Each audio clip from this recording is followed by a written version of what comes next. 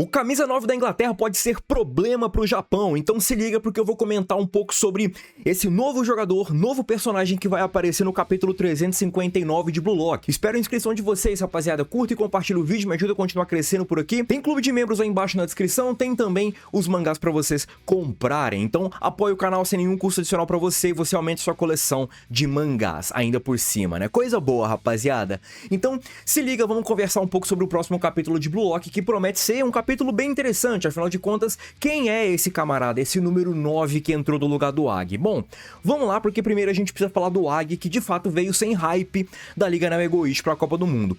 E não porque ele seja ruim, tá, rapaziada? Ele pode não ser o primor técnico, mas ruim ele não é. Ele tem ali uma função bem importante no time inglês. Só que ele é um camarada 9, vamos dizer assim, ele é um centroavante mais facilitador de jogadas do que definidor de jogadas. E isso é importante, tá? Essa característica é importante para eu mostrar para vocês como que o novo jogador pode acabar impactando dentro de campo. Mesmo ele sendo talvez um personagem sem hype, ele é um personagem importante e certamente a gente não esperava que ele fosse sair do time, mas ele acabou saindo e certamente acredito que esse personagem novo pode ser grande coisa sim e pode ser problema para o Japão. Pode não ser o melhor do time inglês porque justamente tem o Ted Knight, que é o New Gen, mas pode ser sim problema pro Japão. E aí a gente vem naquela tara com os números, né? O camisa 10, o camisa 11, o 9, são números mais tradicionais no futebol, né? O 10 significa aquele melhor jogador refinado, aquele cérebro da equipe. O 9 é aquele jogador que define jogadas. São características, né?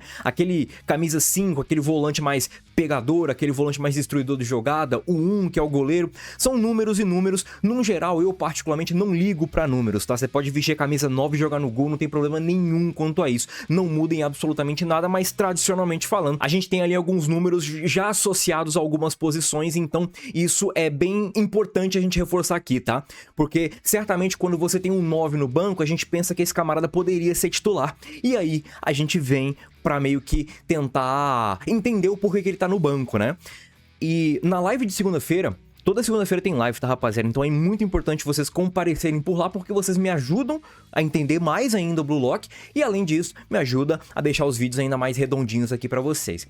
Algumas pessoas começaram a falar sobre esse camisa 9 aí ser problemático, no sentido de ser encrenqueiro, né? Conseguir ali arrumar confusão dentro de campo e por conta disso ele acabou sendo expulso contra a França e de fato, por conta disso ele acabou não jogando contra a Nigéria e voltou agora apenas contra o Japão. No caso, ele podia voltar apenas agora contra o Japão e aí ele não voltou talvez contra o Japão de titular, porque a Inglaterra foi muito bem no jogo contra a Nigéria, né? 5-1, então a gente não sabe ainda os impactos que um AG da vida causou no jogo contra a Inglaterra e tudo isso a gente vai ficar de pura especulação, porque certamente eu acredito que o Kaneshiro não vai mostrar isso, tá? A gente nem sabe sequer se o Ag foi titular ou não contra a Nigéria, mas isso sim é bem considerável pra gente pontuar aqui, pra gente tentar entender quem que é esse camarada e por que ele pode ser um problema. Então, baseado nisso, talvez o Fox ele gostou do que viu contra a Inglaterra, a Nigéria, né? Gostou do que viu da Inglaterra contra a Nigéria e colocou o Ag, manteve o Ag, porque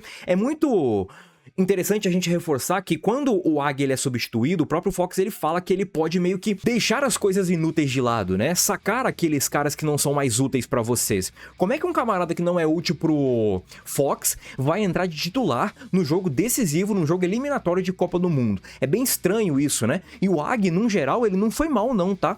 Beleza, o gol do Japão sai muito por conta talvez de um erro dele, de um erro de sincronia dele com a equipe. Afinal de contas, ele fez coisa que talvez não estava treinado ali para a equipe meio que corresponder e por conta disso a defesa ficou toda bagunçada e isso também tem mérito do Japão. Mas o Ag ele foi bem, ele sustentou posse, fez pivô, deu oportunidades para os jogadores chegarem e isso é um ponto importante novamente, ele é um facilitador de jogadas. O que eu quero dizer quanto a isso?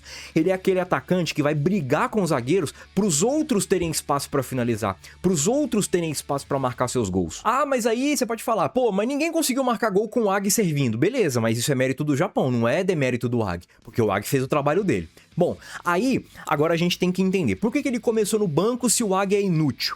Entende? Então eu acredito que talvez possa ter sido por conta do Ag conhecer o Blue Lock, por conta de ter atuado na Liga Neo Egoist. E, enfim, aí a gente entra na seara aqui de vários e vários fatores. E aí vem a diferença dele com o Ag. O time inglês tem a ideia ali do contexto de ataque ilimitado. Então, na minha visão, eu acredito que esse camarada vão ter características diferentes do Ag. Não é que ele vai ser melhor ou pior que o Ag por conta disso, tá? São características diferentes que vão se encaixar, talvez, em jogos diferentes ou estilos de jogos diferentes, tá? Então, o Ag, ele é um facilitador, enquanto este camarada, ele pode ser um definidor de jogadas, ou seja, a galera vai criar para ele, diferente do Ag, que criava para os outros. Ele sustentava a posse e acabava criando jogadas. Esse camarada não, esse camarada vai querer a bola para definir, para chutar pro gol, para fazer os seus gols, e certamente é uma postura diferente do que o Japão viu até agora no ataque inglês. O ataque inglês que é ilimitado, ou seja, tem que ter diversas opções, tem que ter diversas capacidades e qualidades aí dentro do seu arsenal, dentro do vasto e ilimitado arsenal, porque é justamente esse o contexto. E aí cabe também o Japão se adaptar a esses diferentes estilos e tudo mais, porque o Japão ele tem que ter essa qualidade também, porque durante a Copa do Mundo e não só, durante a carreira desses jogadores, eles vão encontrar jogadores dos mais diversos tipos, né, dos mais diversos gostos, né, um jogador que vai gostar mais de jogar de pivô, outro que vai jogar mais saltando na área e por aí vai. Então, acredito que ele seja diferente do Ag, não necessariamente isso faz dele melhor ou pior, mas ele vai atuar de forma diferente.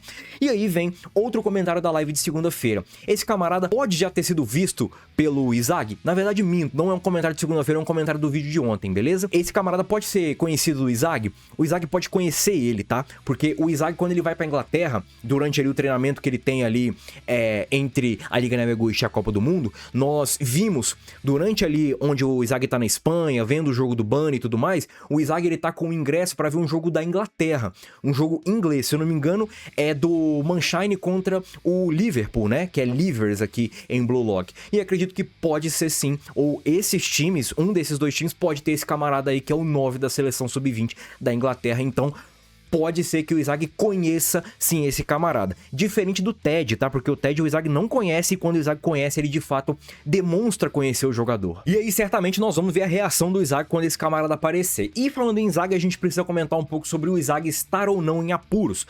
Não só a seleção japonesa pode acabar meio que tendo dor de cabeça com esse camarada aí, mas o Izag pode ter dor de cabeça não necessariamente por conta desse camarada, né? Mas pela saída do Ag. Porque o Izag entendeu que o Ag ele poderia ser aquele primeiro degrau que ele vai usar dentro ali do campo para conseguir evoluir, só que esse primeiro degrau foi destruído pelo Fox, foi sacado, foi tirado ali de campo pelo Fox. E o que o Izag vai fazer? O Izag ele precisa aprender a devorar ali outras coisas, ou ele precisa aprender a evoluir dentro de campo de outra maneira, porque, por exemplo, se o time dele não tá sendo capaz de fazer nada, tá sendo neutralizado o jogo todo, e o Izag não consegue encontrar alguém do outro lado para devorar, o que o Izag vai fazer?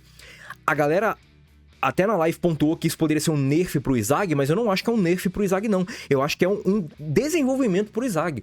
Porque o Kaneshiro tá forçando ali uma narrativa pro Izag desenvolver em cima de situações onde o Izag, ele não vai ter ali um ego contrário se opondo a ele pra ele se desenvolver. E vai ter gente muito boa. Tanto que há diversas vezes o questionamento: como é que esses caras são tão bons se eles não têm ego?